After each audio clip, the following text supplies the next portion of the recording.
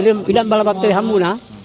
මේ ජනපතිතුමාටත් මේ ඉන්න මේ නිලධාරීතුමාලට ඔක්කොටම මේ පින් දෙනවා කියන එක තමයි කියන්නේ මම.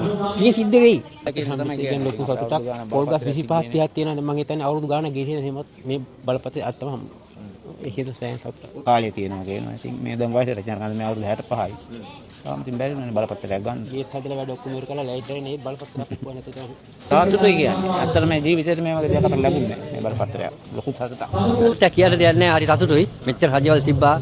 රජවල් ආවා. ඉතින් අපි ඉල්ලුවා. අපිට කවුරුත් සැලකුවේ නැහැ. ඒකට මේ රජෙන් තමයි අපිට මේ දෙයියනේ කියලා හිත සන්තෝෂෙන් මේක අරන් යන්න පුළුවන්. කොච්චර කාලයක පස්සේ තමයි මේක අපි අවුරුදු ගාණක් රජයක් කරා. ඉතින් අපි රජවල් දෙක තුනක් වුණා. ඒක මේ රජෙන් තව හම්බුනේ.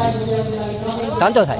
බලපත්‍රය කියන්නේ මහත්තයා ඉතින් සායන සතුටක්. අපේ ජීවිතයේ ඉතින් වැදගත්ම දේ තමයි බලපත්‍රය කියන්නේ.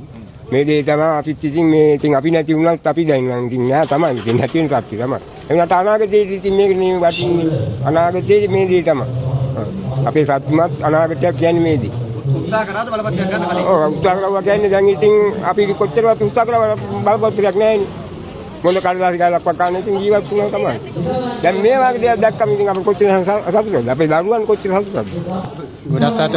ගොඩක් සතුටුයි. ඉතින් ගොඩක් කාලයක් බලාගෙන ඉඳලා ඇවිල්ලා එපා වෙලා අද හරි සතුටුයි. කොච්චර කාලයක් බලන් හිටියද? අවුරුදු 10 15ක් විතර ඉතින් යනවා විතරයි. try කරාද ගන්න? උපරිමේ එනවා ඉතින් මෙතනින් උල්ල යනවා. එච්චරයි. ඇත්තටම කියන්න ඕනේ. පින් දෙන්න ඕනේ මේ අනුර කුමාර ජනාධිපතිතුමාට. හරිම සතුටුයි මහත්මයා. දැන් අවුරුදු කොහොම හරි අවුරුදු 40කින් විතර බලපත්‍රය ලැබුණා අපිට. දැන් වගා කරන්න දැන් ඉඳන් සංගායන වලට 17කට ගිහිලා තියෙනවා. ඒක කිව්වත් මෙච්චර මේ ලැබුණේ නැහැ මහත්තයා.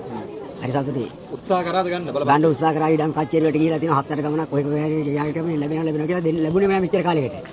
දැන් ඉගෙනම වගා කරලා අවුරුදු 40ක් වෙනවා. ගාන බලගෙන හිටියද වැඩ කරපු කකා හිටියද නෑ මේක රජේ එකක්ද අපි සින්න කර ඉඳන් දැන් කියලා හිතාන හිටියේ ඒවා ඉතින් මනලා කියලා අයින් උනාට පස්සේ මේ රජේ උනාට පස්සේ රජෙන් ඉතින් බලපත්‍රය ලබා දෙන්න කටයුතු කරන්නේ සියලුම දෙනාට ස්තුතිවන්ත වෙනවා. ඉතින් අපිට අවුරුදු ගානක් බුද්ධි විඳපු ඒවාට සතුටුයි. ගොඩාක් ඇවිදලා තමයි මහත්තයා. අද හරිම සතුටුයි මේ. උත්සාහ කරාද කලින් ගන්න? ගොඩාක් උත්සාහ කරා. ගොඩාක් ඇවිද්දා.